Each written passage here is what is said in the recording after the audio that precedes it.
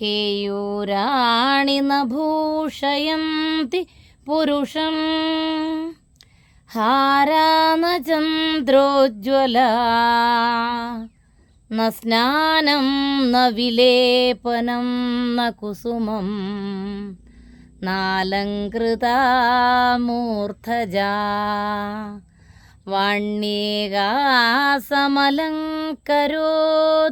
പുരുഷം യാ സംസ്കൃതാ ധാര്യത്തെ ക്ഷീയന്തെ ഖലു ഭൂഷണാനി സതതം വാഗ്ഭൂഷണം ഭൂഷണം വാഗ്ഭൂഷണം ഭൂഷണം.